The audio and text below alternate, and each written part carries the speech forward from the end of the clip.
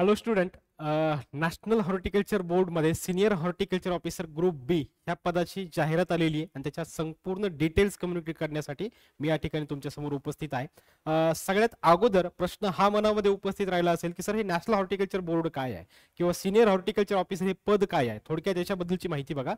हा जो बोर्ड आहे नॅशनल हॉर्टिकल्चर बोर्ड हा आपला ऍग्रिकल्चर मिनिस्ट्री जी आहे याच्या अंतर्गत येणारी एक ऑटोनॉमस बॉडी आहे. गव्हर्नमेंटच्या दोन बॉडीज, एक ऑटोनॉमस दुसरी स्टॅट्युटरी, जी स्वायत्त आणि वैधानिक ज्याला आपण म्हणतो अशी ही ऑटोनॉमस प्रकारची बॉडी आहे.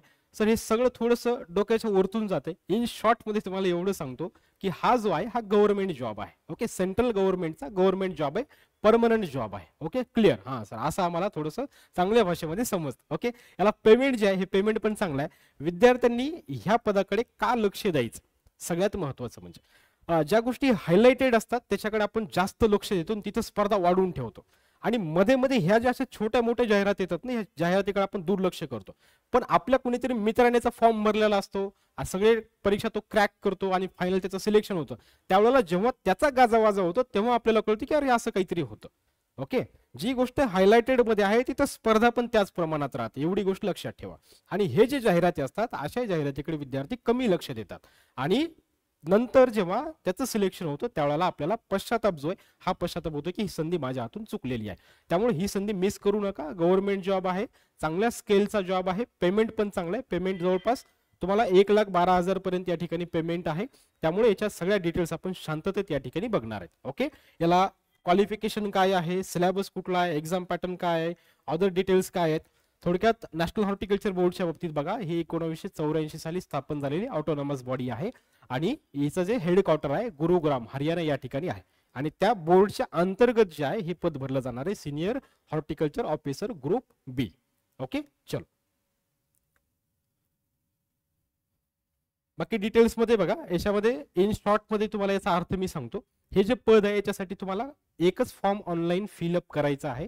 एकापेक्षा जास्त फॉर्म जर भरले तुम्ही तर तुमचं ऍप्लिकेशन रिजेक्ट होऊ शकतं किंवा तुम्ही जे शेवटचं ऍप्लिकेशन भरणार आहे ते शेवटचं ऍप्लिकेशन तुमचं ग्राह्य धरल्या जाऊ शकतं. ओके, एका पोस्टसाठी एकच ऍप्लिकेशन या ठिकाणी तुम्हाला क्लिअर कट ऑनलाईन पद्धतीनं भरायचं आहे. ओके, कुठल्याही ऑफलाईन पद्धतीनं पोस्टाने पाठवण्याची वगैरे काही गरज त्या ठिकाणी नाही. याच्या डिटेल्स मध्ये बघा, पेमेंट स्केल तर मी सांगितलं तुम्हाला. आता हे फॉर्म जे आहेत 16 डिसेंबर 2023 पासून स्टार्ट झालेले आहेत. 5 जानेवारी 2024 पर्यंत तुम्ही फॉर्म भरू शकता. फॉर्म भरता भरता सर माझं लक्ष नव्हतं, नेट कॅफेवरनं चूक केली, फॉर्म दीदीने भरला, फॉर्म भैयाने भरला, माझी चूक झाली, मला फॉर्म करेक्ट करायचा आहे. 5 तारीख शेवटची आहे फॉर्म भरण्याची.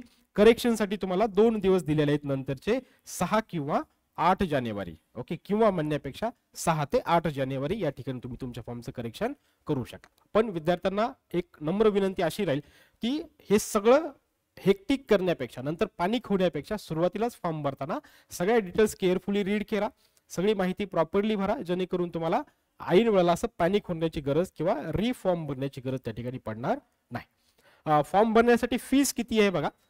SC ST रिझर्व्ह कॅन्डिडेटसाठी 500 एवढी फीस आहे. जनरल, OBC आणि EWS कॅन्डिडेटसाठी 1000 एवढी फीस आहे. PWD कॅन्डिडेटसाठी कुठलीही फीस या ठिकाणी नाही. ही फॉर्म भरण्यासाठीची फीस आहे. ओके, हा बाकी ऍडमिट कार्ड कधी येणार, एक्झाम डेट कधी येणार, काय येणार, याच्यासाठी सगळं वेबसाईट वरती नॅशनल हॉर्टिकल्चर बोर्डची एक वेबसाईट आहे आणि NTA ची एक वेबसाईट, या ठिकाणी तुम्हाला ते बाकीच्या डिटेल्स ते देणार आहेत. आता एक्झाम कशी होणार आहे, सगळ्यात महत्वाचं म्हणजे बघा, या एक्झामचे पॉझिटिव्ह पॉईंट 2 मी क्लिअर कट तुम्हाला सांगतो. याच्यासाठी इंटरव्ह्यू नाही आणि ह्या एक्झामसाठी निगेटिव्ह मार्किंग नाही. वास बढिया, इंटरव्ह्यू नाही आणि निगेटिव्ह मार्किंग सिस्टीम नाही. फास्ट एक्झाम तुमची होणार आहे. ओके, पण ही एक्झाम जी आहे ही 2 स्टेजेस मध्ये एक्झाम होणार आहे, स्टेज फर्स्ट आणि स्टेज सेकंड. आपल्या भाषेमध्ये स्टेज फर्स्ट म्हणजे प्रिलिम्स आणि स्टेज सेकंड म्हणजे मेन्स, अशा 2 पद्धतीने होणार आहे. जो विद्यार्थी स्टेज फर्स्ट क्लिअर करेल त्याला स्टेज सेकंड साठी अपीड केलं जाणार आहे. इथं सगळ्यात महत्वाची गोष्ट तुम्ही लक्षात ठेवायची बघा, स्टेज फर्स्ट जी आहे ही ऑब्जेक्टिव्ह प्रकारची आहे. इथंच मी तुमचा हा समज दूर करतो. बघा, स्टेज फर्स्ट जी आहे ही MCQ ऑब्जेक्टिव्ह प्रकारची एक्झाम राहणार आहे आणि जी स्टेज सेकंड राहणार आहे ही स्टेज सेकंड डिस्क्रिप्टिव्ह राहणार आहे. म्हणजे काय, ही रिटर्न पद्धतीची एक्झाम राहणार आहे. ओके, याचा सिलेबस आपण समोर बघणार आहे सविस्तर. फक्त गडबड करायची नाही, व्हिडिओ शांततेत बघायचा, सगळ्या प्रश्नांची उत्तरं भेटतात. एखाद्या प्रश्नाचं उत्तर भेटलं नाही तर कमेंट बॉक्स तुमच्या हक्काचा आहे, त्या ठिकाणी तुम्ही बिंदास कमेंट करून विचारू शकता. नंबर ऑफ वॅकन्सीज बघा, एवढ्या सेंट्रल लेवलवरती एवढ्या बॉडीज मध्ये एवढ्या बॉडी ह्या जागा सफिशियंट आहेत. ओके, हे आपलं सरळ सेवा भरती राहायची तर हजारोने जागा निघतील. पद चांगलं आहे, पेमेंट चांगलं आहे, गव्हर्नमेंटची बॉडी आहे, त्यामुळे एवढ्या जागा सफिशियंट आहेत. ह्या जागेचे डिस्ट्रीब्युशन आहे. ओके, ओबीसी साठी 10 आहेत, एसटी साठी 2, एससी साठी 5, ईडब्ल्यूएस साठी 2 आणि अनरिझर्व्ड कॅन्डिडेट साठी 6. अशा पद्धतीने ह्या 25 जागा या ठिकाणी आहेत.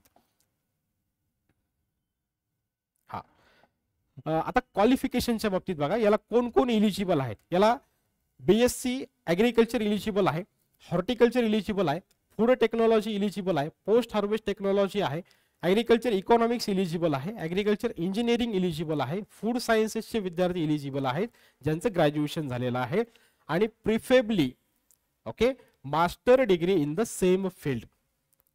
सर जसं मास्टर ऐकलं तसं मला असं वाटलं की हे याच्यासाठी एमएससी लागते का. याच्यासाठी एमएससी ची गरज नाही.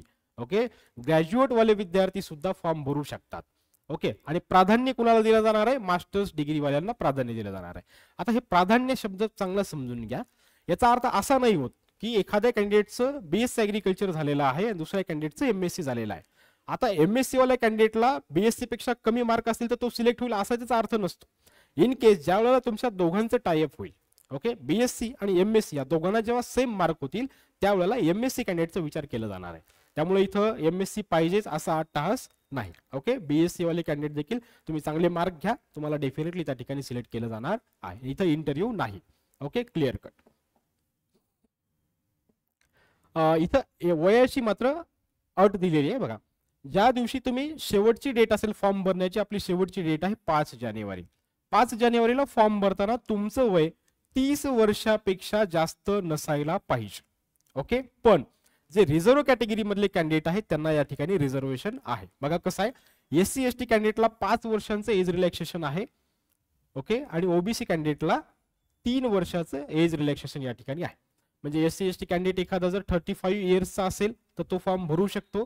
ओबीसी कॅन्डिडेट आहे जो 33 वर्षाचा आहे तोही देखील या ठिकाणी फॉर्म भरू शकतो. But in case of open candidate तो जर 30 वर्षापेक्षा जास्त असेल तर तो त्या ठिकाणी फॉर्म भरू शकत नाही. हा पॉइंट क्लिअर झालेला असेल, समजत असेल, सगळ्या गोष्टी क्लिअर होत असतील तर एकदा आवर्जून लाईक बटन या ठिकाणी दाबायचं आणि जे कोणी तुमचे मित्र असतील त्यांना ह्या गोष्टी शेअर करायच्या. ओके, चल. सिलेक्शन प्रोसिजर कशी आहे, सुरुवातीला मी सांगितलं stage first, stage second. Stage first ही ऑब्जेक्टिव्ह आहे आणि स्टेज सेकंड ही डिस्क्रिप्टिव्ह आहे. बघा आता इथे स्टेज फर्स्ट ही एमसीक्यू प्रकारची एक्झाम आहे. या ठिकाणी स्टेज फर्स्ट मध्ये किती क्वेश्चन्स राहणार आहे, स्टेज फर्स्ट मध्ये 150 क्वेश्चन्स राहणार आहेत आणि 150 मार्क राहणार आहेत. म्हणजे काय, एक प्रश्न 1 मार्कांसाठी. ओके, आणि या ठिकाणी निगेटिव्ह मार्किंग आहे का, नो निगेटिव्ह मार्किंग. कुठं, प्रिलिम्सला आणि मेन्सला सुद्धा नाही. स्टेज सेकंड कशी आहे, स्टेज सेकंड आहे डिस्क्रिप्टिव्ह पद्धतीची. ओके, यालाही 2 तास आहेत, यालाही 2 तास आहेत आणि स्टेज सेकंडला तुम्हाला 100 मार्क्स राहणार आहेत. ओके, अशी मिळून ही 250 मार्कांची एक्झाम या ठिकाणी राहणार आहे. पण सर माझं सिलेक्शन कुठल्या बेसिसवरती होणार आहे, मेन्स मध्ये तुमचा जो स्कोर असेल त्या बेसिसवरती तुमचं सिलेक्शन त्या ठिकाणी होणार आहे. लक्षात ठेवा, prelims just as a qualifying examination आहे. हा, 1 question 1 mark, there will be no negative marking system. Okay, clear झाला. आता जे विद्यार्थी स्टेज फर्स्टला बसणार आहेत, ओके, त्याच्यामधनं जे मेन्सला स्टुडंट क्वालिफाय करणार आहेत त्याचा रेशो राहणार आहे 1:10 चा रेशो या ठिकाणी राहणार आहे. ओके, म्हणजे जेवढ्या जागा असतील त्या जागेच्या प्रमाणामध्ये तुम्हाला एका जागेसाठी 10 विद्यार्थी मेन्ससाठी क्वालिफाय केले जाणार आहेत आणि त्या नंतरच्या विद्यार्थ्यांमधनं फायनल सिलेक्शन त्या ठिकाणी होणार आहे. हा, जी स्टेज फर्स्ट सांगितली, जी ऑब्जेक्टिव्ह एक्झाम आहे, ज्याला एमसीक्यू पॅटर्न आहे, त्याचा कसं डिस्ट्रीब्युशन आहे, 150 प्रश्नांचं डिस्ट्रीब्युशन बघा कसं आहे. हॉर्टिकल्चरला तुम्हाला 60 क्वेश्चन्स राहणार आहे 60 मार्कांसाठी. जनरल स्टडीजला तुम्हाला 30 क्वेश्चन 30 मार्कांसाठी. इंग्लिश कॉम्प्रिहेन्शन राहणार आहे 30 क्वेश्चन 30 मार्कांसाठी. त्यानंतर क्वांटिटेटिव्ह ॲप्टिट्यूड राहणार आहे 30 क्वेश्चन 30 मार्कांसाठी. असं आहे तुमचे 150 क्वेश्चन्स. ओके, स्टेज फर्स्ट मधले 150 क्वेश्चन्स, त्याच्यापैकी 60 क्वेश्चन जे आहेत हे हॉर्टिकल्चर वरती राहणार आहेत. म्हणजे हॉर्टिकल्चरला प्रिलिम्स मध्ये वेटेज किती आहे, 40%. तुमचा हॉर्टिकल्चरचा अभ्यास स्ट्रॉंग पाहिजे, कारण तुम्हाला सिनियर हॉर्टिकल्चर ऑफिसर म्हणून रिक्रूट केलं जाणार आहे. तुमची जी काही भविष्यातलं जे कार्यालयीन कामकाज म्हणा किंवा तुमचं वर्किंग आवर्स किंवा तुमचं जे काही पुढचं काम असेल सगळं तुम्हाला हॉर्टिकल्चर रिलेटेड करायचं आहे. त्यामुळे त्यांनी हॉर्टिकल्चरला या ठिकाणी प्रचंड वेटेज दिलेलं आहे. आणि इथं हे जे 60 क्वेश्चन्स राहणार आहेत प्रिलिम्स मधले हे ऑब्जेक्टिव्ह प्रकारचे राहणार आहेत. याच्यासाठीच आपला एक जो कोर्स आहे तो मी आपल्या पीके ॲग्री अकॅडमी 2 हे जे ऍप्लिकेशन आहे तिथं मी या ठिकाणी हा कोर्स अपलोड केलेला आहे, ज्याच्यामध्ये मी 700 ऑब्जेक्टिव्ह एकदम डिटेलमध्ये एक्सप्लेन केलेले आहेत. या 700 ऑब्जेक्टिव्हचे कमीत कमी होतील 2500 ऑब्जेक्टिव्ह. ओके, प्लस जशी ही ऍडव्हर्टाइजमेंट आली तसं मी त्या ठिकाणी fruit crop, vegetable crop, medicinal, PHT, aromatic, floriculture, vegetable सगळ्यांचे व्हिडिओ लेक्चर्स त्या ठिकाणी अपलोड केलेले आहेत. यासाठी काय करायचं, व्हिडिओ पाहताना ही जी पट्टी ट्रिगर होतीये ती व्यवस्थित वाचायची. पीके ॲग्री अकॅडमी 2 ऍप्लिकेशन आहे, इन्स्टॉल करायचं, तिथं स्पेशल कोर्सेसमध्ये जाऊन हा कोर्स बाय करायचा. ओके, त्या ठिकाणी हे सगळं आहे. एक गोष्ट लक्षात ठेवायची, ते सगळे रेकॉर्डेड व्हिडिओज आहेत आणि ओनली फॉर प्रिलिम्स, कारण मेन्स कशी आहे तुमची डिस्क्रिप्टिव्ह आहे. त्यामुळे तो जो कोर्स आहे हा 700+ ऑब्जेक्टिव्ह वाला हा जो कोर्स आहे ओनली फॉर प्रिलिम्स आहे, असं लक्षात ठेवा. मग सर मेन्सला काहीच फायदा नाही होणार का? डेफिनेटली तुम्हाला ते कन्सेप्ट समजण्याचा लिहिण्यासाठी फायदा होणार आहे. Okay, clear. हे झालं स्टेज फर्स्ट आणि स्टेज सेकंड. पुढे बघा, स्टेज फर्स्टच्या सिलेबसमध्ये बघा काय दिलेलं आहे. हा हॉर्टिकल्चरचा सिलेबस आहे. किती मार्क्स आहे त्याला? 150 पैकी 60 प्रिलिम्सला. ओके, आणि मेन्सला कसं राहणार आहे? मेन्सला पूर्णच्या पूर्ण 100 प्रश्न कशावरती राहणार आहेत? हॉर्टिकल्चर. आणि हे कसे आहेत? रिटर्न पद्धतीचे. वारंवार या गोष्टी सांगणं गरजेचं आहे. फ्रूट वरती तुम्हाला प्रश्न राहणार आहेत. ट्रॉपिकल टेम्परेट फ्रूट आहेत, ब्रीडिंग ऑफ फ्रूट क्रॉप आहे सिलेबसला, पोस्ट हार्वेस्ट टेक्नॉलॉजी आहे जे मी बॅच मध्ये अपलोड केलेलं आहे, बायोटेक्नॉलॉजी ऑफ फ्रूट क्रॉप आहे, principal practices plant propagation upload केलेलं आहे, production technology of cool vegetables, हे व्हेजिटेबलचे सगळे लेक्चर्स त्या ठिकाणी अपलोड केलेत.